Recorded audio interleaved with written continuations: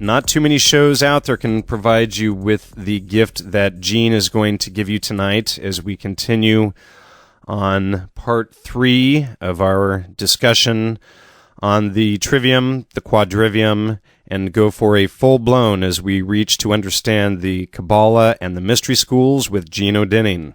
Before you continue with this episode, I highly recommend you go back and listen to episodes number 49 and 50 as a prerequisite to this show. Gene, welcome back to Gnostic Media's podcast for your third time in a row back now. How are you doing today? Well, I'm doing well. It does seem like old home week here, so... Yeah, well, we just keep getting deeper and deeper into this whole subject, and there's just so much to cover. It seems that it's almost irrelevant to cover anything else until we cover this topic thoroughly first. So, I really think that everybody needs to get this before we even bother with everything else that's out there.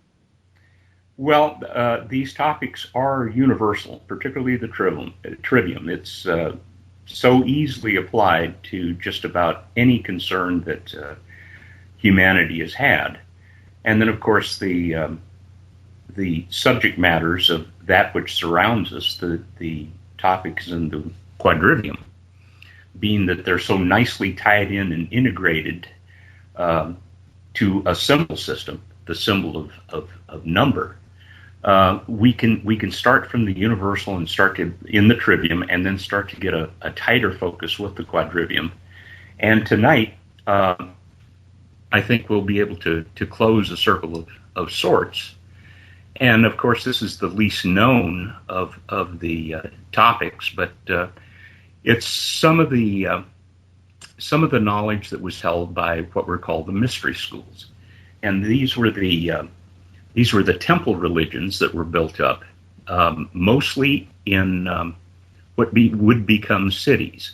So this is opposed, in a sense, to shamanism. Of course, proto-civilization, just the period of time before temple religion started up, we did have the tribal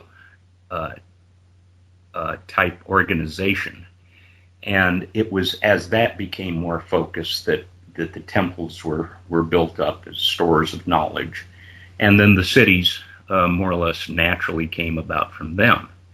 And so this is going to be our focus today, just about how cities were built up around these temples, what area of the world this occurred, and we can, as we mentioned in our last interview, how they moved westward, and essentially they've circled the globe.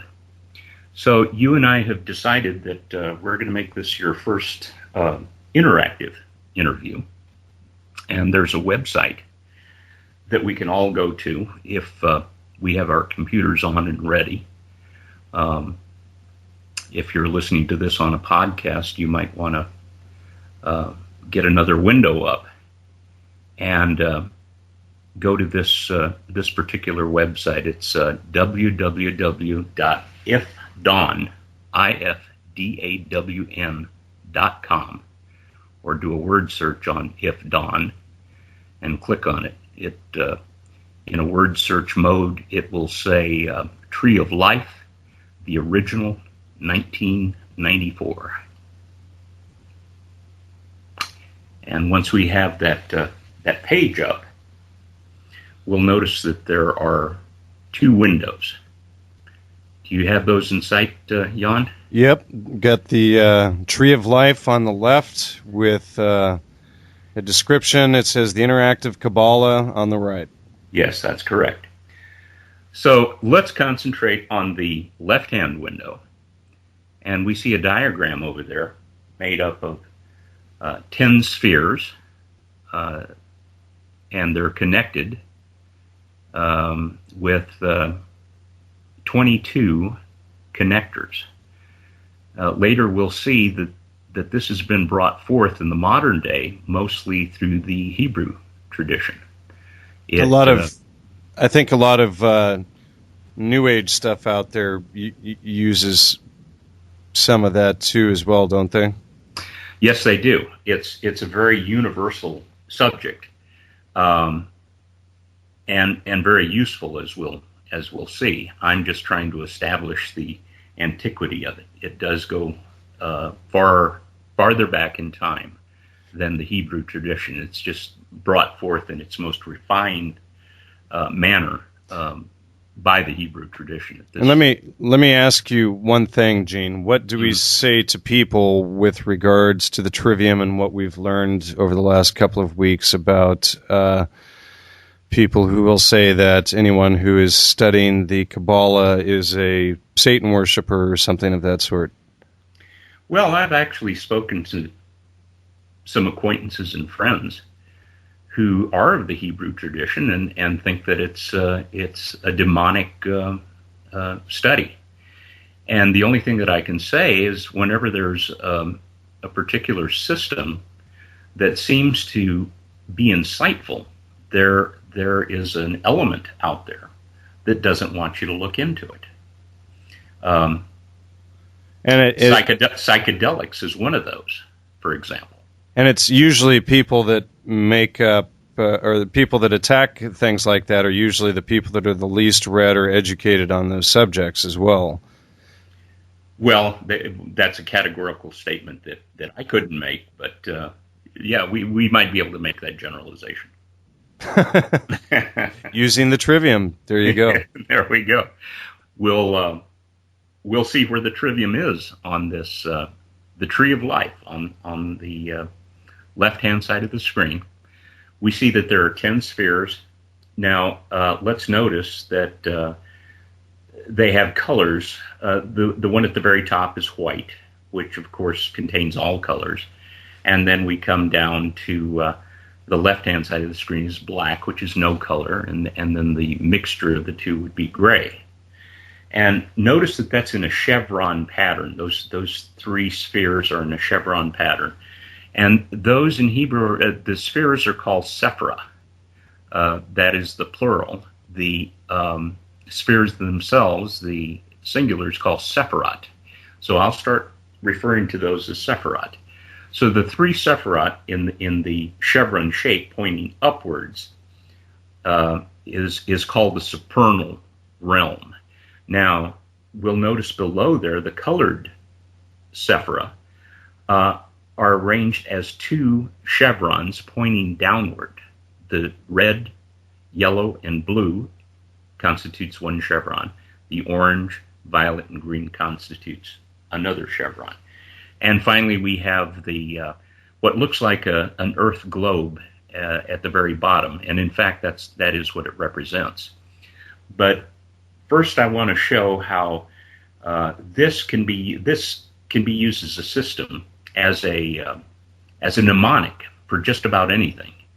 I'm going to ask that you try a little mental experiment right now, and hold a 5-sided figure in your head, a pentagon, and you'll see that that's very easy to do.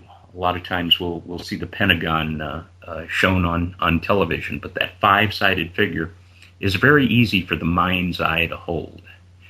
Now, let's go to a 100-sided figure. Try to hold a 100-sided geometric figure in your head.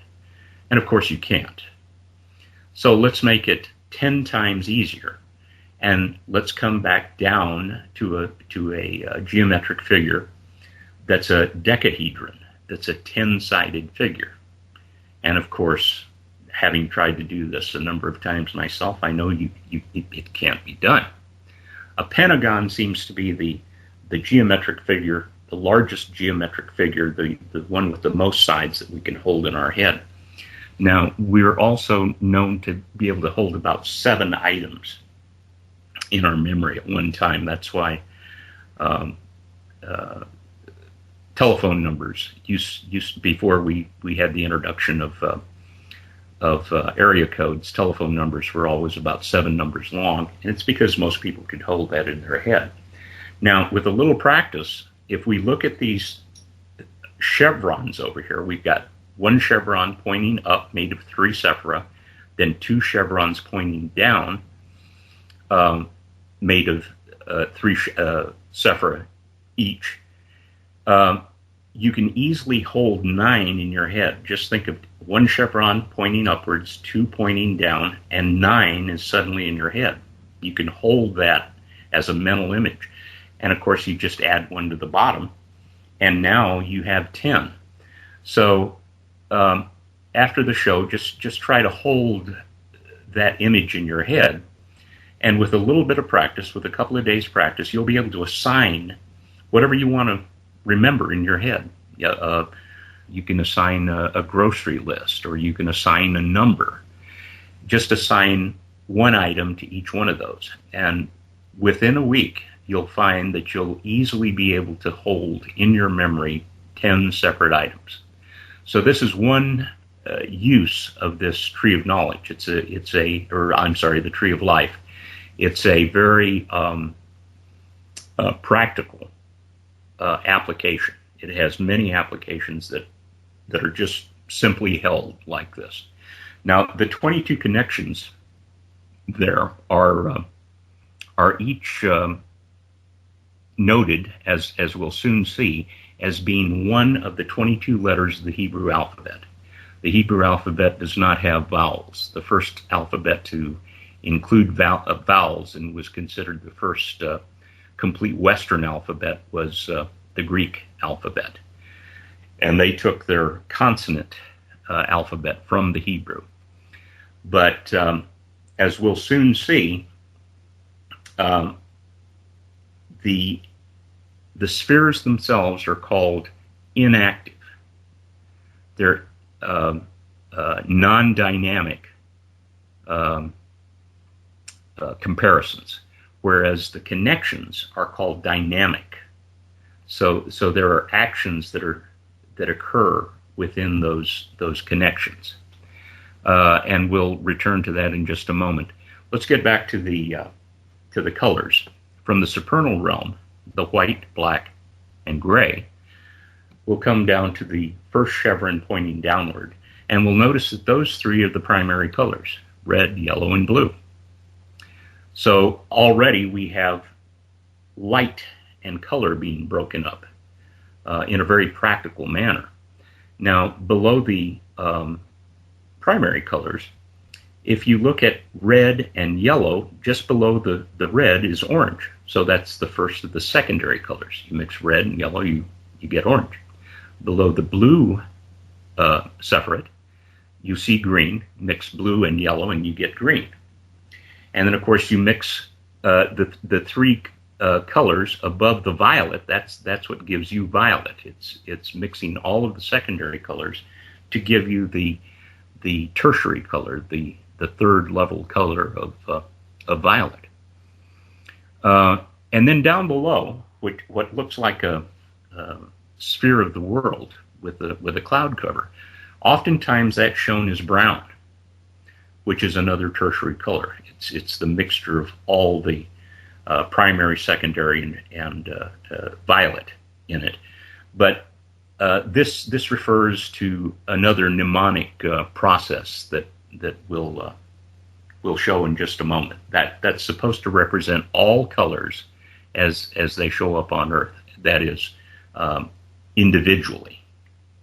So I've done a little bit of painting, and this is the way I set up my palette, because it's so easy to distinguish the secondary and tertiary colors. You'll find this a little bit handier than what a lot of artists use, which is a color wheel. So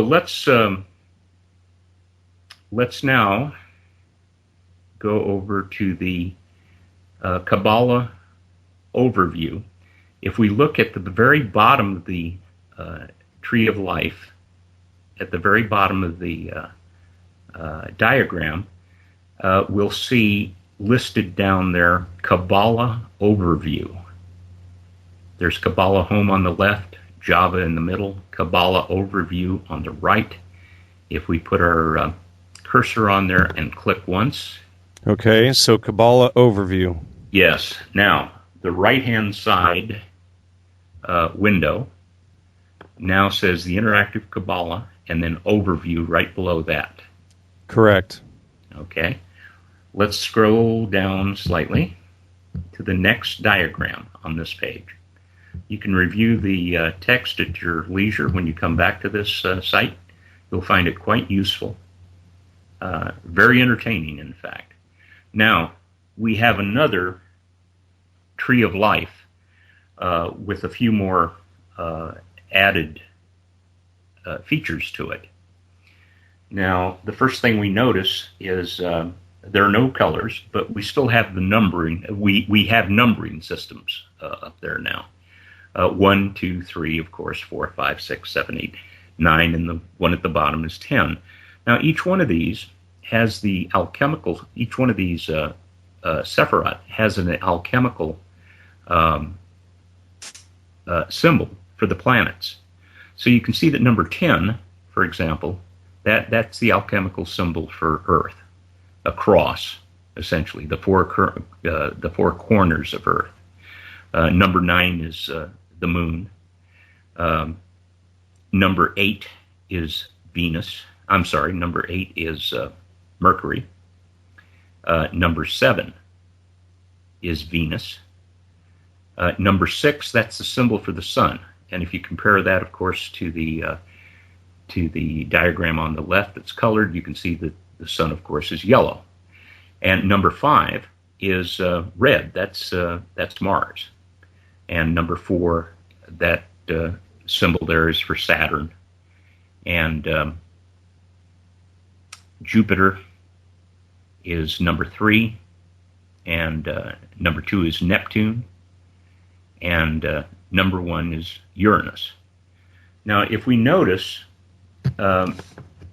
between the supernal realm and the number 4 and 5 Sephira, we now have another circle in there, and it's called Da'at. Whereas we didn't notice this on the symbol on the diagram to the left. Da'at is called the Phantom Sephirot, and that'll come into an important that'll come into play in an important way shortly. Da'at fills the area of what's called the void. Now, if we look at the diagram on the left, we'll see clearly that void.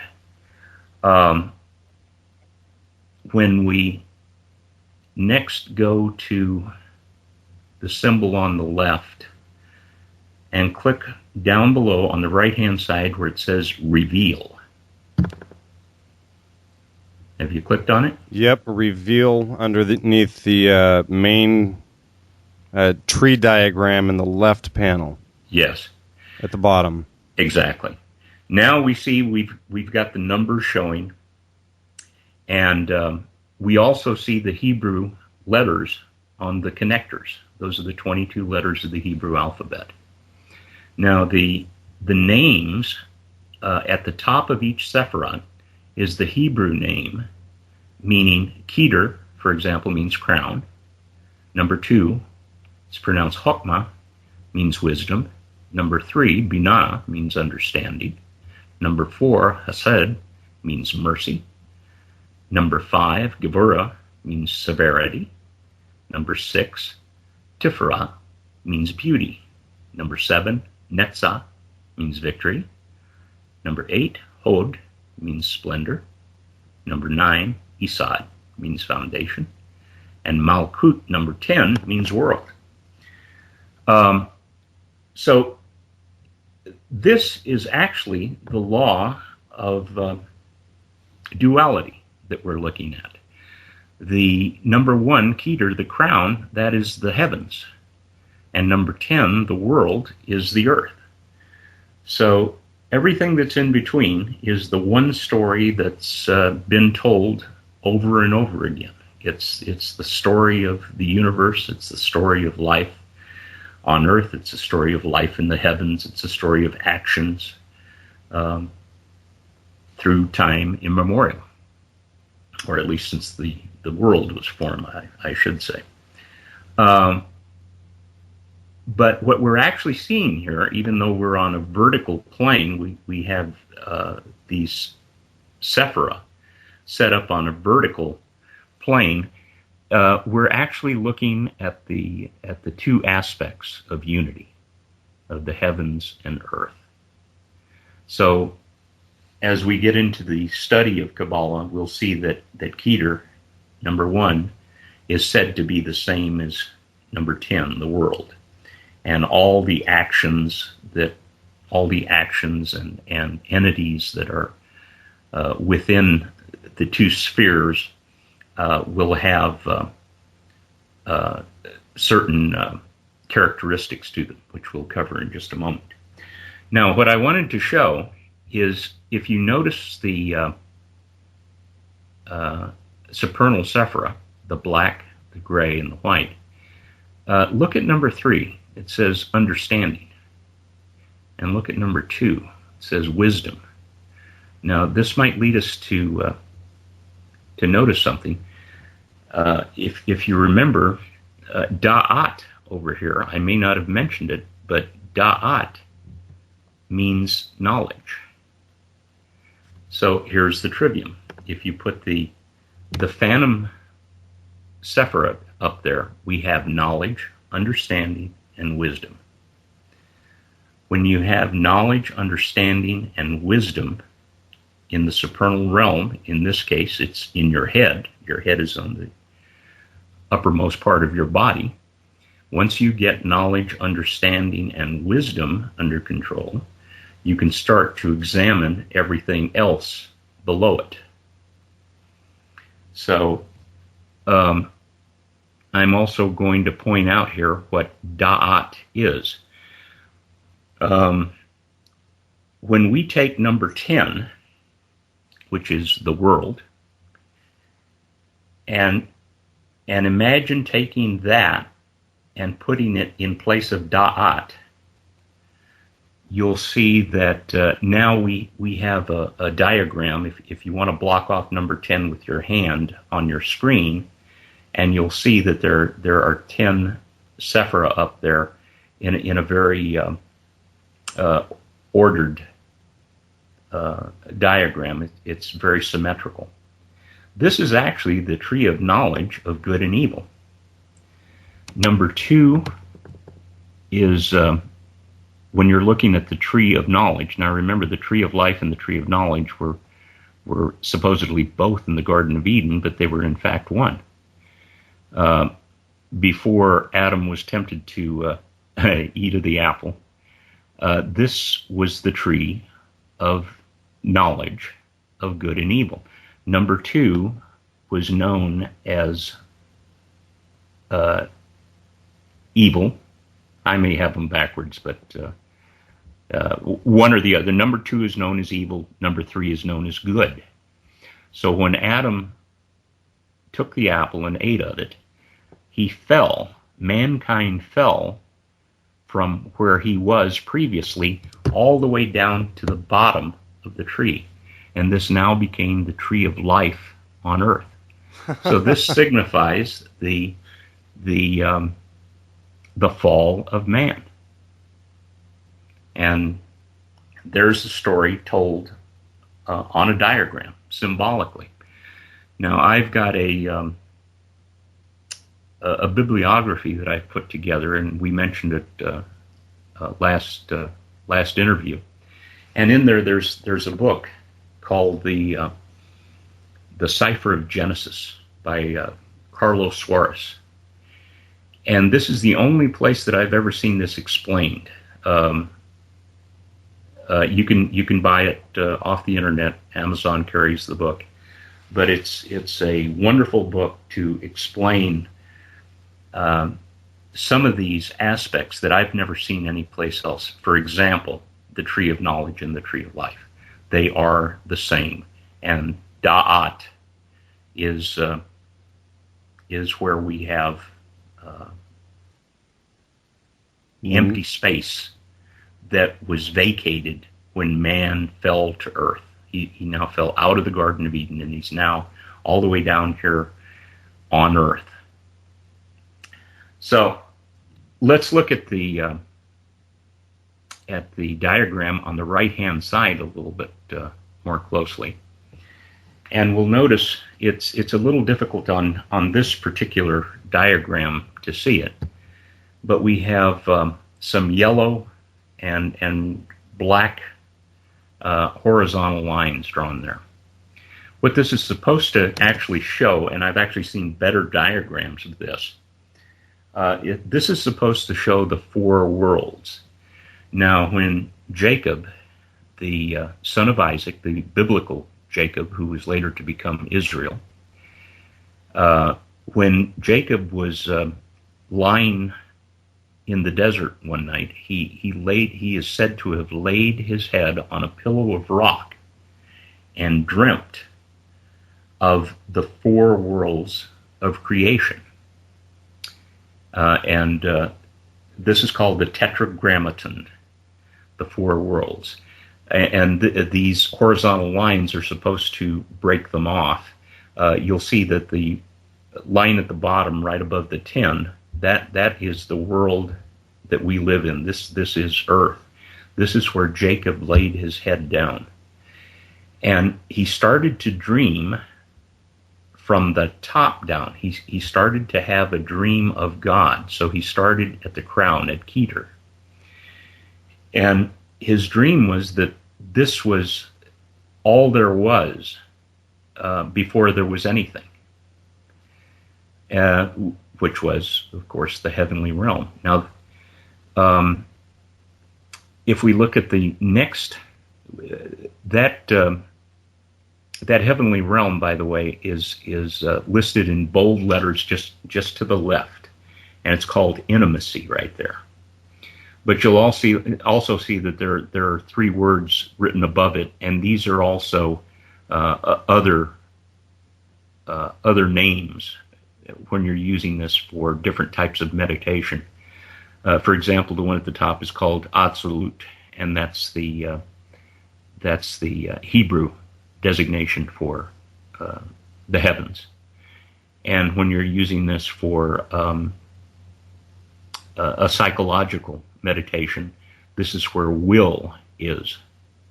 Now, the next one down, called emanation, is the one that's usually shown most often, and this is where God emanates from. He first emanates the heavens.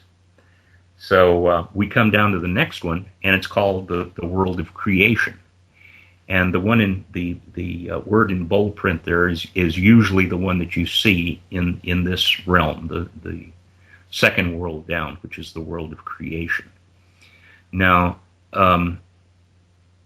this is when we're, if you look at the words right above it, Bria is the Hebrew designation. Creative refers to a psychological meditation. So will was at the very top. Now we're down to being creative. This is also the realm of imagination. And of course, creation. Now, creation in this regard is not the manifestation. It is not taking the idea and making an artifact. Creation is really the first inklings of an idea. First, there was a calling up here for God to create something. When he comes down into the second world, he's starting to put it together in his own mind, what it is that he wants to create. So now the third world down, it's called the world of formation. That's in the bold print there.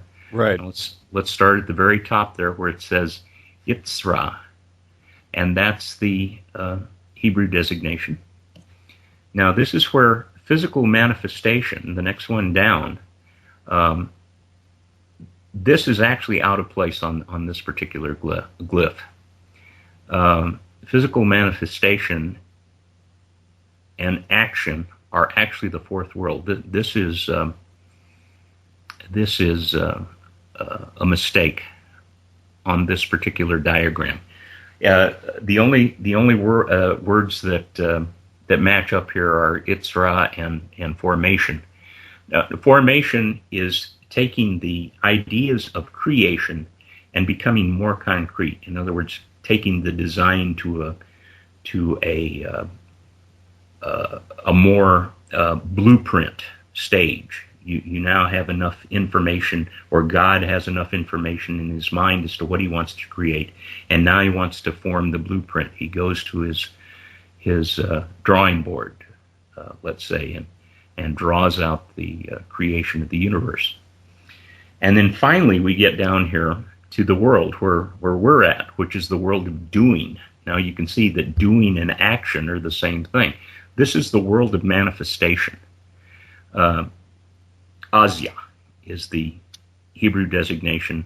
This is the physical world. This is where everything is embodied. And of course, you can't do anything unless you are embodied. So those are the four worlds. I'm going to use the terminology that's more commonly used. The first world up, the supernal world, is the world of emanation. This is where God emanates. Or where you as a person, being made in the image of God, get your calling. You have a calling in life, or you have a calling to do or design something. So then the next world down is that world of creation. This is where God starts to put together the plan of the universe.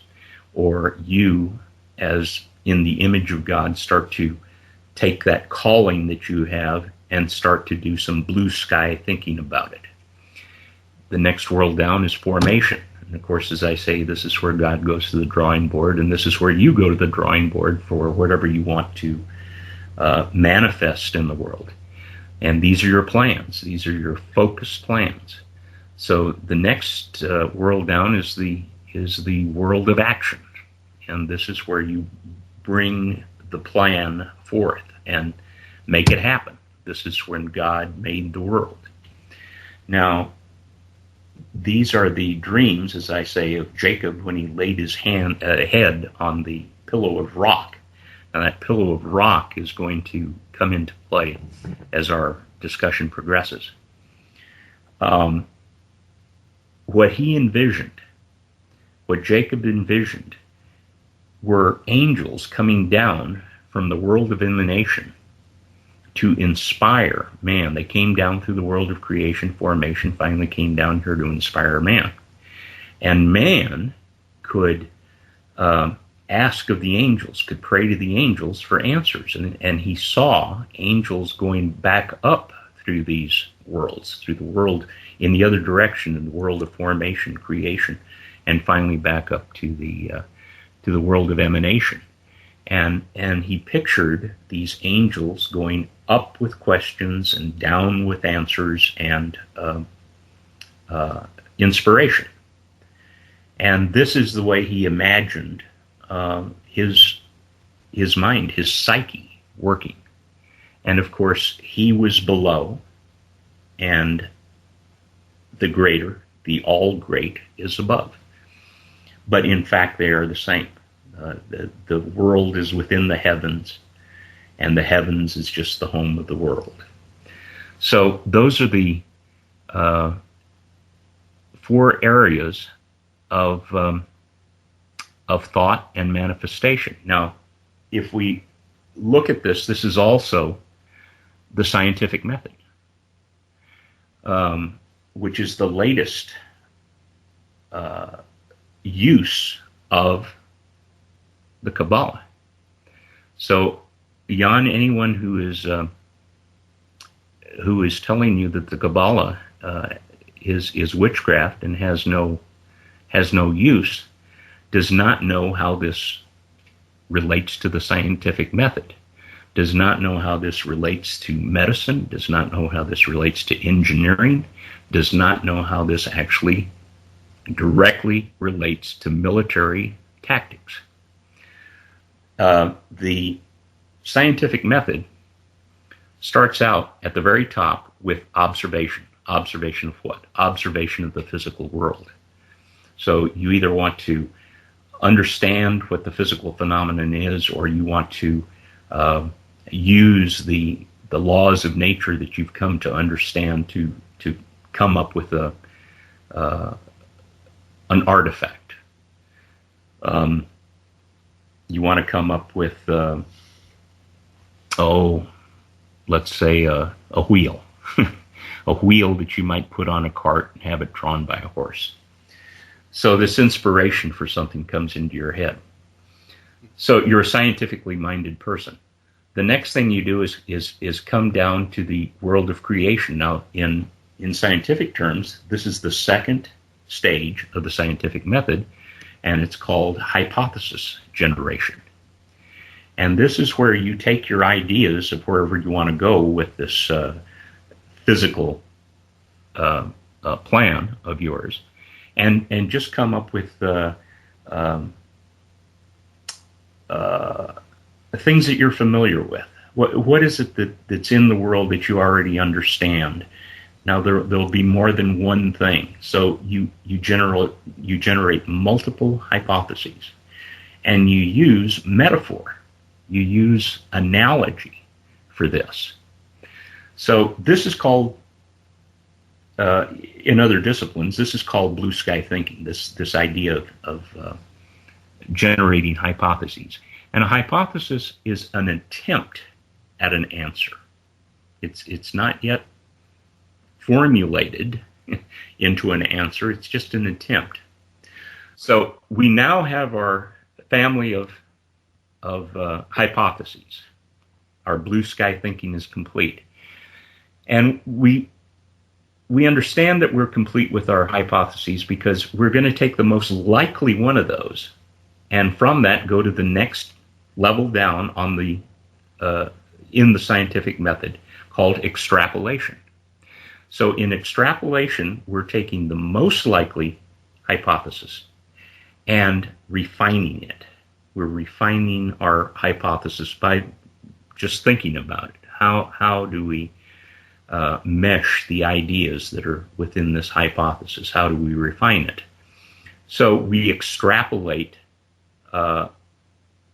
more phenomena into this plan. Now, we're still dealing with a mental plan. Well, we're extrapolating to do what? We're extrapolating to design an experiment. We're using head thinking to design an experiment. And when we've thought that through, we come to the next world down, or the next step down in the scientific method, which is called experimentation. So we've designed our experiment, and now we perform that experiment in the physical world. And of course, if it's successful,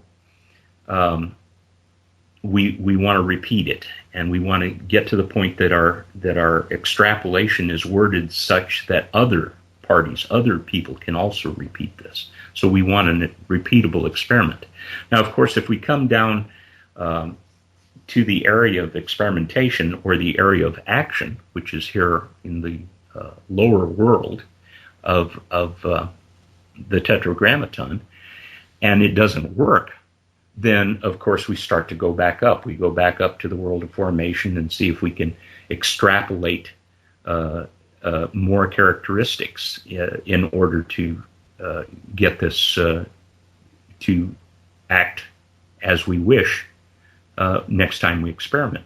Or if we decide that we don't have a well-defined extrapolation, we'll go back up to blue sky thinking, or generate some more hypotheses. And then up and down, just exactly as Jacob, with his head on the rock, pictured it. The angels are going up and down between these various worlds.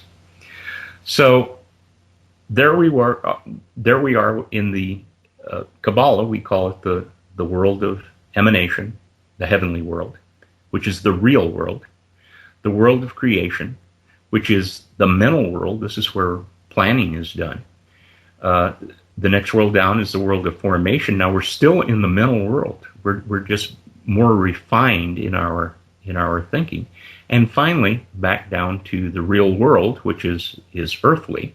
But you can see that earth and the heavens are still the same. So we're going from reality to a mental process, to a refined mental process, and back to reality.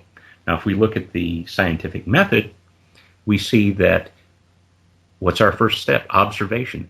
Observation of what? Observation of reality. Next step down, hypothesis formation. Completely mental exercise. Next one down, extrapolate from hypothesis. This is a mental exercise that leads us to what? To a design of an experiment. Now we go back to reality for the experiment. So we can see that the process is exactly the same between the Tetragrammaton in Qabalah and the scientific method.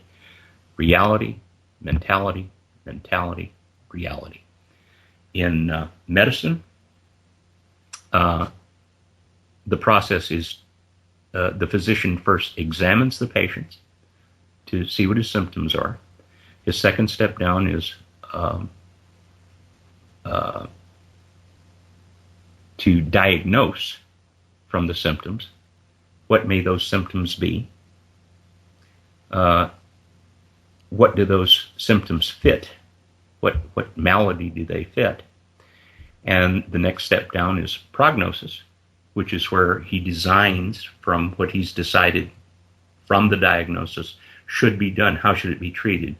Will it be a surgical procedure, or will it be drug therapy? And also at this stage, he tries to prognosticate as to what the efficacy of this treatment will be. So he makes a prediction as to how the patient should react. Now, that's also a mental exercise. When he's prognosticating, it's a mental exercise, and finally he comes down to treatment. So he comes down into the real world. So it's examination in the real world, diagnose in mentality, prognose in mentality, treat in reality. In engineering, same thing as in the scientific method. You observe in reality. You come up with an inspiration. The second stage down in engineering is blue sky thinking. What is it that you're trying to create, and how can you create it? The next stage down is literally the blueprint stage in engineering. This is where engineers sit down at their computer or their drafting table and come up with the most likely of their blue sky plans to design it on the computer or the designing table, and finally back down to reality to manufacture or to produce a prototype. So it's exactly the same thing. In military tactics, it's expressed in time. Now, tactics are short-term battlefield actions. They're not strategic, in other words. So a commander will observe the battlefield. What are his objectives on the battlefield? Maybe he wants to, the enemy is now holding a bridge that's a half a mile away, and he wants to take the bridge. So that's his observation in reality.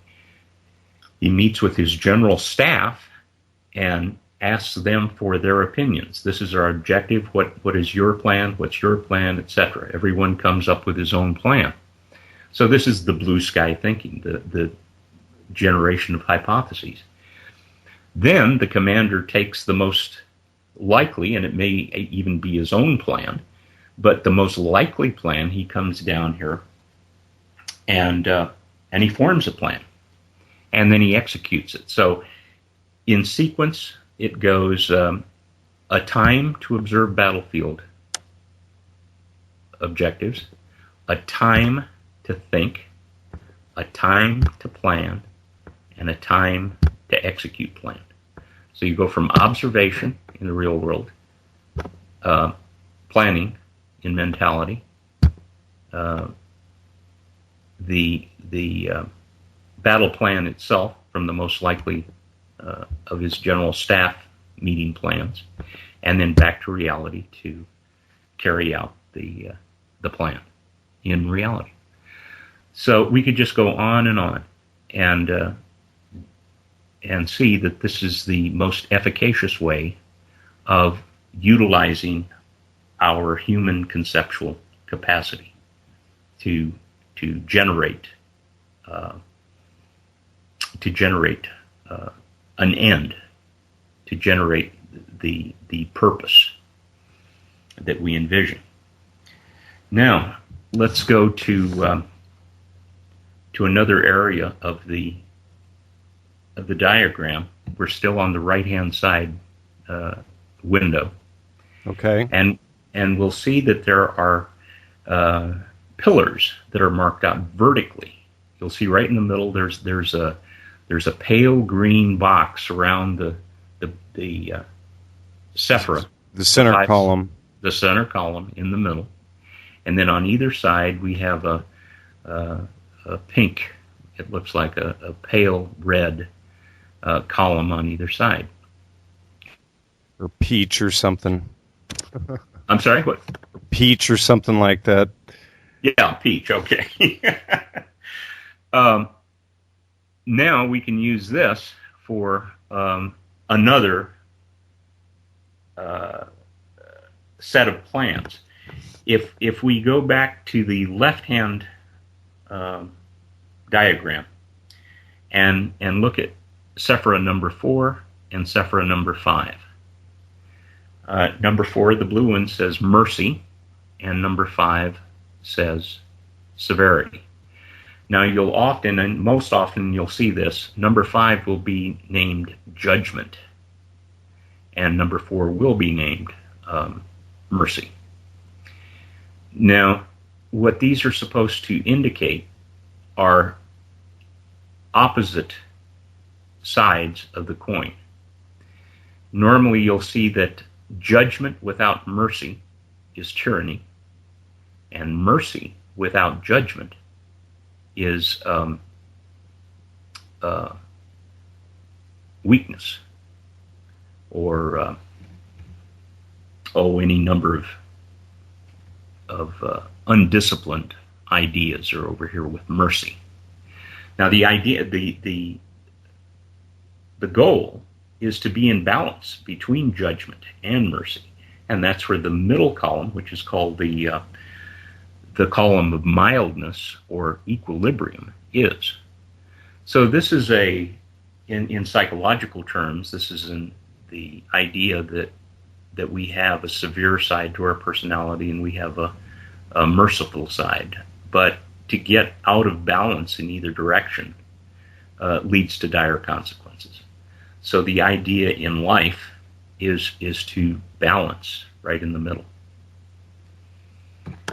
So that's the jurisprudent part of the diagram.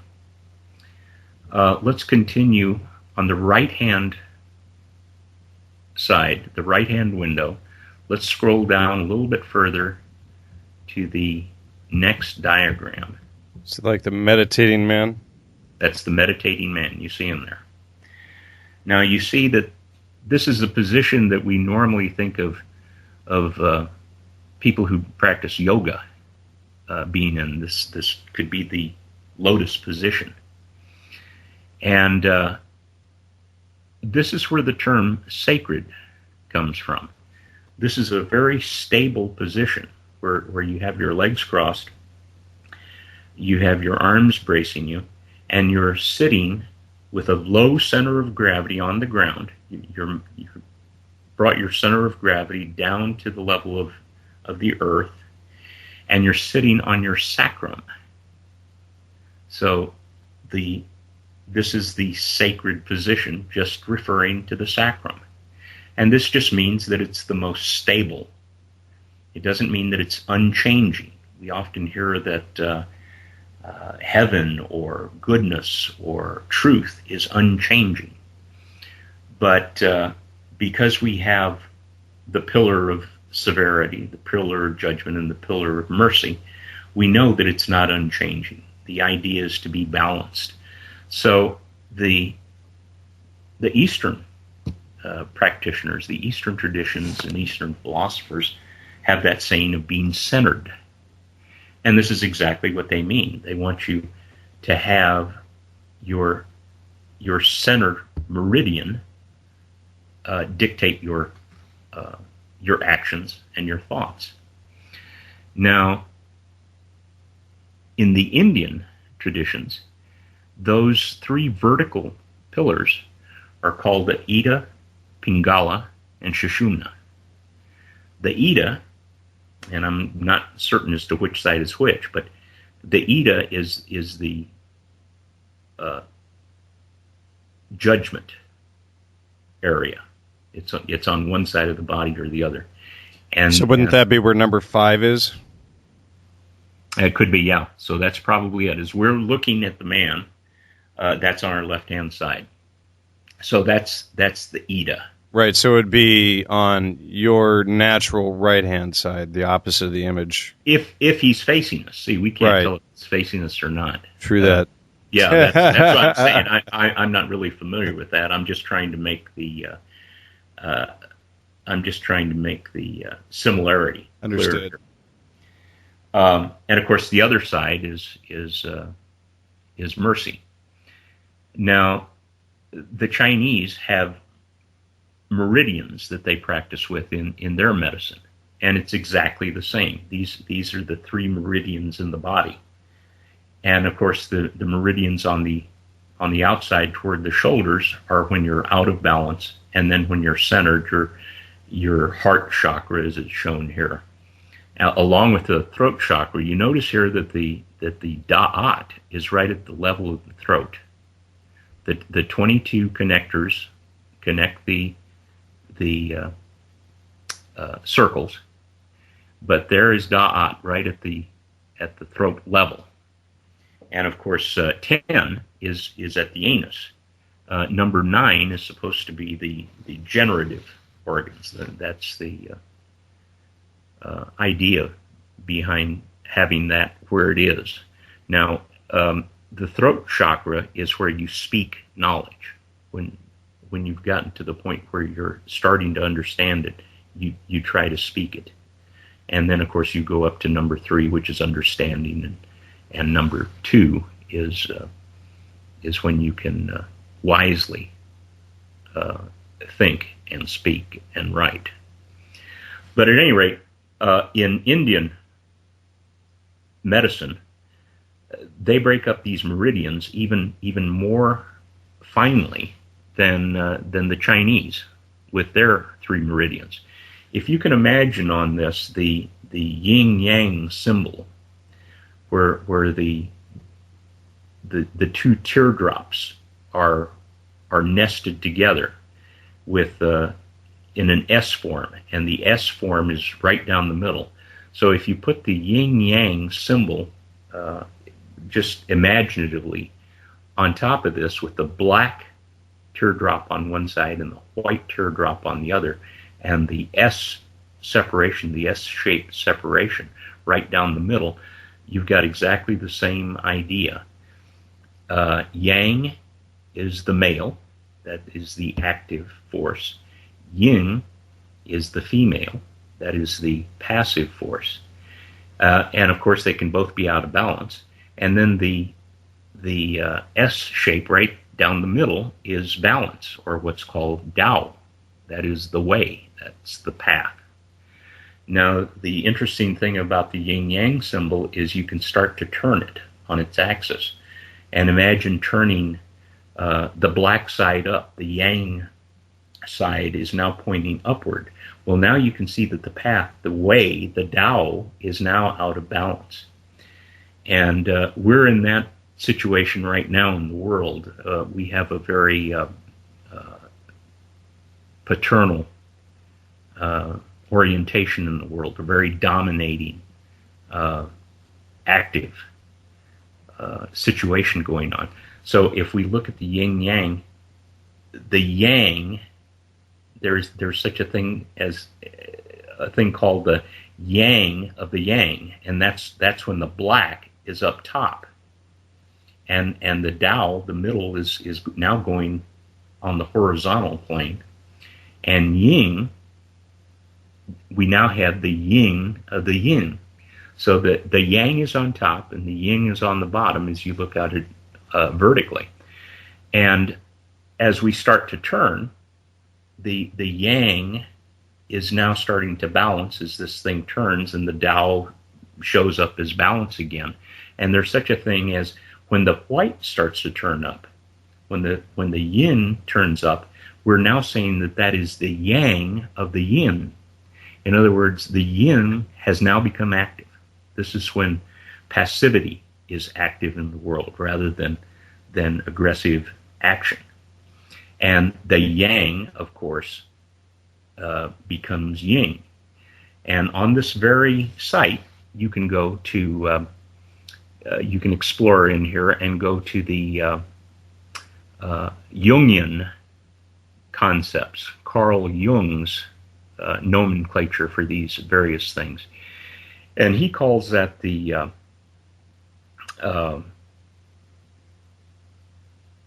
well, I can't think of his nomenclature right offhand, but it's that we each have a feminine side to us and a masculine side. And as we hit that age of 55 and 56 that I keep referring to, the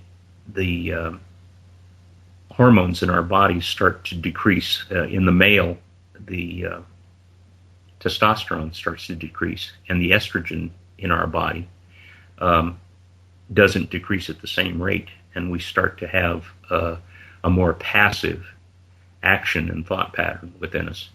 And just the opposite happens with the female. She becomes, her estrogen level starts to decrease, and the testosterone level in her body becomes more noticeable, and she starts to become more active. And we can see that in elderly people that at about that point these things occur. Now, getting back to the Indian idea here, the Ida, Pingala, and Sushumna, they have a number of points on the body that they call nadi, N-A-D-I. And I'm not certain as to what the ancients were thinking when they came up with this idea of nadi, but I suspect, as we've come forward in time, that this is really referring to our nervous system. So they treat the nadi by trying to get everything into balance. They're trying to get the Ida, Pingala, and Sushumna nadi aligned and balanced in the middle. So here we are in India once again, and there's the glyph of the Qabalah. There's the diagram of the Qabalah, and that's why I say that these ideas go back further into time than we realize. It's just that the Hebrew tradition has brought it into the modern world as we see it now. Let's go back to the left-hand window and go down to the bottom again to the left-hand side where it says Qabalah Home, right next to Java. Okay. It says Qabalah Home. Click on that, and we'll see that our right-hand window has now gone into another area, to the original area. And let's start to scroll down to the very bottom of this page. And we'll see another diagram down there. It looks like something alchemical. There's a retort surrounded by with the pyramid on top, correct? With the pyramid on top, exactly. Okay, circle in the middle, wings, etc. Yes, a drape over the entire circle. And down below that it says Temple of Kashmir. Now, before we click on that, I'm just going to say that where we're going when we click on that is to the ideas of Pythagoras. So we can see that this symbol of the tree of life is quite universal. We don't usually think of Pythagorean number study and geometric study as being related to the Qabalah. But when we click on that Temple of Kashmir, let's go ahead and do that. Another screen shows up, and these are the ideas that Pythagoras brought back to Greece and Italy from his travels in Egypt, Persia, and India. And of course, right in the middle, we see the cosmic egg. With the serpent. With the serpent, right? The serpent of wisdom. And of course, you pointed out what's right behind it there. It seems to be an outline of a mushroom, which encloses the Eye of Horus. Now, of course, he got the idea of the Eye of Horus from his 20-year travels through the mystery schools of Egypt, which is where he spent most of his time, and he got his lower level initiations. But look what's right above the mushroom. Look what the mushroom's pointing to. There's the tree of life. So this is actually part of the idea of the Pythagorean mystery schools. Now let's scroll all the way down to the bottom and look at the left-hand side, and we'll see what the key to the Pythagorean mysteries are. Amanita muscaria mushrooms. What are they doing there? Yeah. And why would it be the key to the mysteries? So there we are. We'll see that key showing up more and more as we tour the mystery schools. Now, before you go into that, I was wondering if you could cover the onion concept and the squaring concept. Oh, sure. I'm glad you brought that up. That had slipped my mind. Let's go to Qabalah Overview. Back in the left. Okay. And click on Qabalah Overview. And let's start scrolling down until we see let's just go below the diagram of the man sitting in the lotus position. And it's the fourth paragraph. It's 3 paragraphs below that in the fourth paragraph. Oh, I see it. It says onion and cube of space. So let's click on onion. And there's the cube of space. Now, this is the cube that I'll go ahead and use my terminology again so as not to get us emotionally involved in anything. This is the cube that the Atlanteans, who started out in India and moved westward, this is their idea of how they're going to take the 4 corners of the world. You can see the cross in the middle. There are 4 components as we look at it horizontally, and then we see the vertical component of that.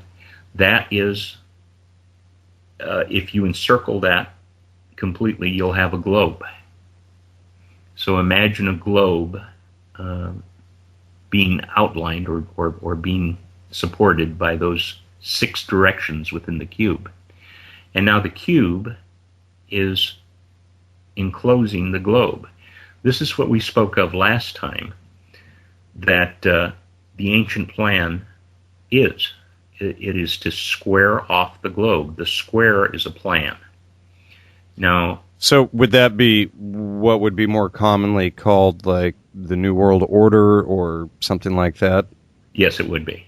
Okay. Yes, now, in geometry, in what's called nowadays sacred geometry, and again, I have some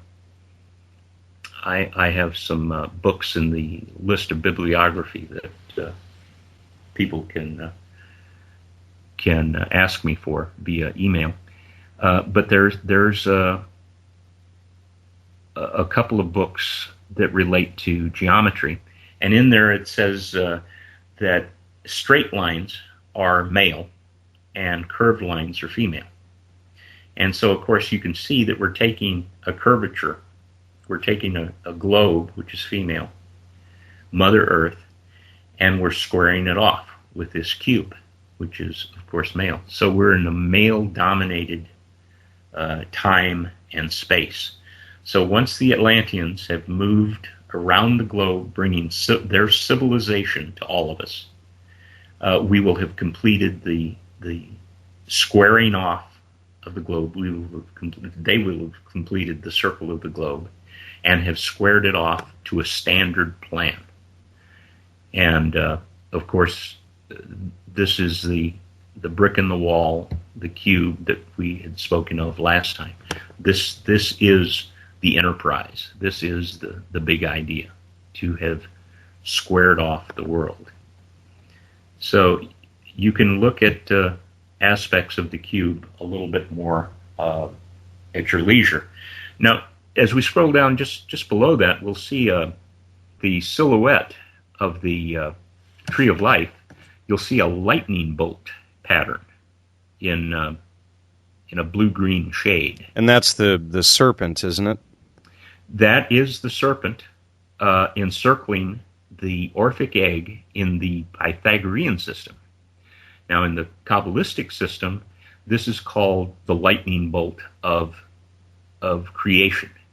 So you can see that as God emanated at the top, emanated the idea, this is the path of creation. This was the lightning bolt of creation all the way down to earth. And we can go elsewhere in the on this site, and we can see Tzimtzum. It's called the creation of the universe. TZI, TZIM, Tzimtzum. And if we see that word highlighted, we'll click on it, and we'll see the three-dimensional rendering of this two-dimensional pattern, the lightning bolt of creation. But let us continue down below that, and we see the onion universe. Now, this is actually the colors and the representation of the Tree of Life in an onion form. You can see the various colors leading down to Keter. It would also be the layers of consciousness in a way, wouldn't it? Exactly. All of these can be used for different types of meditation, for picturing, modeling the physical world or modeling the mental world. So that's the unconscious, if we look at it like that. Down there, the white sphere in the middle in Freudian and Jungian terminology, that would be the unconscious. But in our Atlantean idea, in our New World Order idea, that's for control. These are the planners, and they dwell in the middle of that onion. Now, if you can imagine a pie shape going into the middle of that onion, the point of the pie starts at that white sphere, and then you can make two cuts coming out and cut it just like a pie. Now, if you put that pie, just that one section, if you take that pie out, you can liken that to the pyramid rendering on a dollar bill. And what that's actually showing is, next time you look at a dollar bill and look at the pyramid on the back, you'll see that there's an all-seeing eye at the top of the pyramid, which indicates that the capstone has not been placed yet. But each course of stone on the pyramid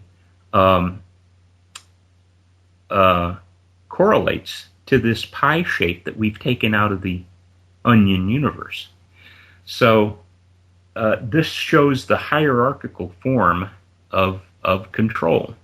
Now, going back to the dollar bill, those who are at the bottom layer, the base course of the pyramid, are the ones that we see all the time. These are the operatives in the world who don't even know what's above them. They don't know that there's any more to this pyramid. They can't see it. And of course, we, those of us who are not one of us, are in the desert. If you look at the dollar bill, you'll see that the pyramid is surrounded by desert, and that links to us, the uninitiated. We're just out in the desert, just as Moses took his tribe and wandered the desert for 40 years. Even though we can understand it. Well, to be honest with you, I think if you're part of the lower courses of the pyramid, you're locked in there even more solidly than we are. If you are initiated at a lower level, I think the number 4, the box in your head is more firmly planted than those of us who are out here and still can make a choice as to how we think. So I actually think we're in a better position being out here in the desert, wandering around for our 40-year span of time, than being part of the pyramid and being part of the lower pyramid. Well, I wouldn't even want to be part of the upper pyramid, because this is where you start to get more and more initiated into the mystery schools until you come to the very peak of the pyramid. And when that eye of Horus is taken off, the capstone will have been set, and the Atlanteans will have successfully circled the world and cubed it. But you'll see that the Atlanteans, in that pie shape or that pyramid shape, are the ones who are right in the middle. Now, there's a number of pieces on YouTube by a gentleman named Fritz Springmeier, and you right. Have you seen that? Well, I've read his book, the Bloodlines of the Illuminati. Okay, I haven't read the book, but I've listened to a couple of his lectures. Okay, and he's actually the one that described the pyramid, but he never made connection to the onion universe. Right. Well, he's unfortunately he's extremely biased, and he sees anybody who talks about this stuff as Satan worshippers, as he makes clear in his book. So. Oh, okay. That would he's unfortunately shut himself off to understanding the rest of the mystery. Well, he's never opened his mind, either had his third eye open via psychedelics and entheogens, or nor has he gotten to a critical stage in the ordinary state of refining the trivium in his own mind, and that's why he can't see beyond where he is. Now, this is a basic tendency in humanity. You know, humanity, one of our strong traits is that we want to know. It doesn't matter what, we want to know. And if we start to know before we start to train our minds to see, we get stuck in knowing. Going back to my old mentor, another one of his little pearls was, he said, Gene, find the people who are seeking the truth, but run from the people who have found it. So you can see how many shortcuts this man gave me at a very impressionable age. Right, because anybody who thinks they have it doesn't know anything, and you know. Well, they're the ones that start and the others go, well, you know, there's so much to know. There's no way we can know. But let's try. Yeah, exactly. It's like the old saying: the more you learn, the more you realize there is to learn, and the less you know. Sure, there you are. That's like going from the philosophic mode of thinking, where you gain certainty, to the next higher level, which is the scientific way of thinking, where you have theory. Now, theory recognizes that there's more knowledge out there that you don't realize yet. So when you get to that scientific mode of thinking, you're at a higher level. You're just at a higher level.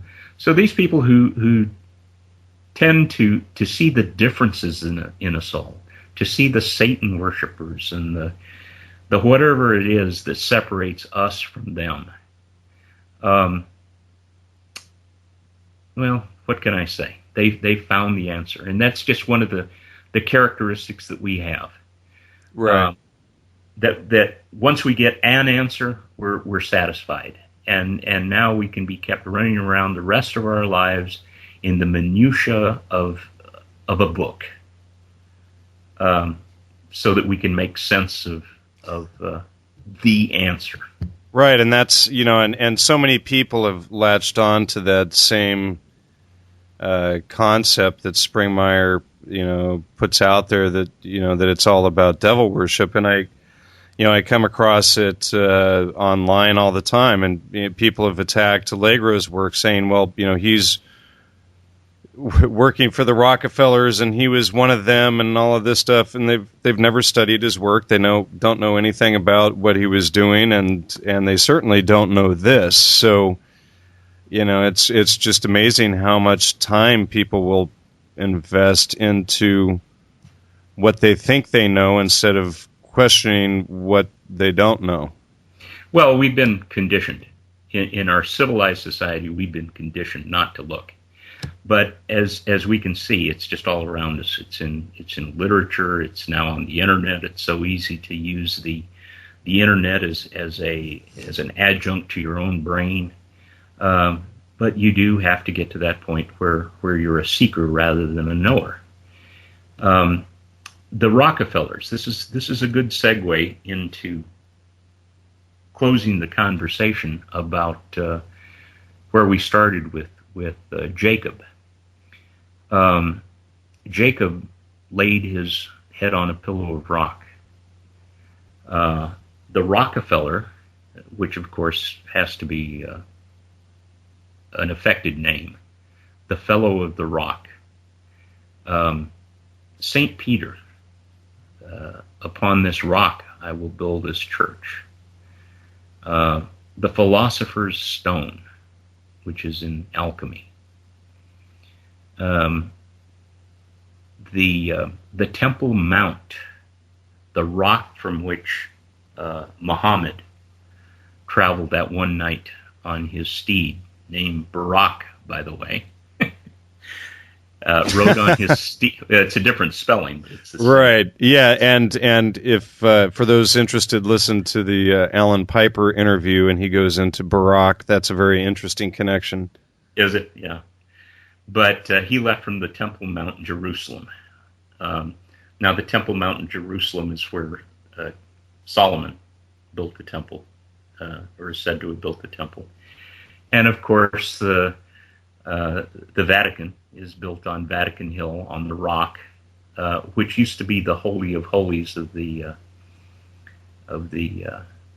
Roman all-male religion. No, it doesn't come to me now, but that's evidently Mithraism. Mithraism, yeah.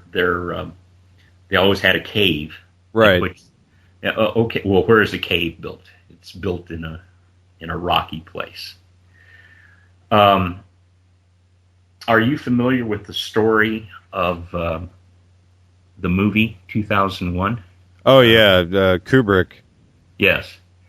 The whole first part of that movie, where the tribes of monkeys are acting out their story there, that's actually the story if you look at it closely.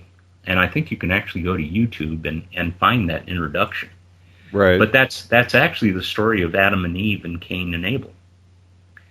Now, you'll see the one monkey tribe going to they're lazing around, by the way. We first see them, they're living the life of leisure. They're over there eating some plants, and every now and then they have a bit of meat from a fallen animal, but they're living in peace with the animals and in balance with their home.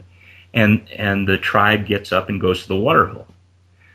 And there's a separate tribe that's already there, and they posture and whatnot, and the other tribe moves off, and they have their water, but you can see that this is the only point of contention that they seem to have.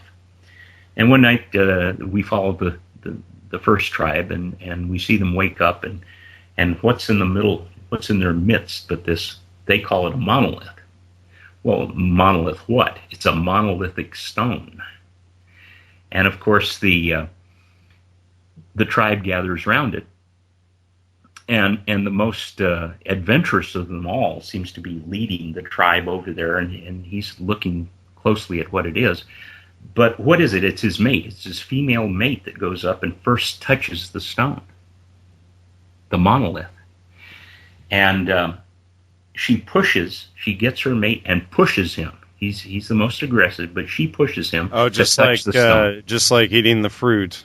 Exactly. Right. And he's touching the stone. Right. And the next thing you see him doing is he sees a carcass over there, and he's picking up a thigh bone, and he's using it to break other bones, and he realizes that this is a tool, this is an extension, and this can be used for another purpose. So next time you see them go to the water hole, the other tribe is there, and they start to posture, and the other tribe isn't moving off with any type of rapidity. So the one who has the thigh bone goes over and kills the leader of the other tribe. Now remember, Cain was the first artificer. He was the first one to use a tool. This was Cain killing his brother Abel. So the whole story of Genesis is right there. And let's find out what that stone is. And most of us can identify with this because a lot of us have been called stoners.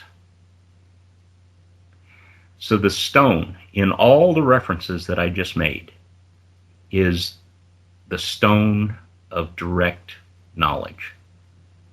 It's all about psychedelics. Every place you see a stone, you see a person who is partaken of direct knowledge. And of course, this is superior knowledge. Just like the magazine Rolling Stone. How about rock and roll, which preceded the CIA distribution of entheogens in this country? Rock and roll.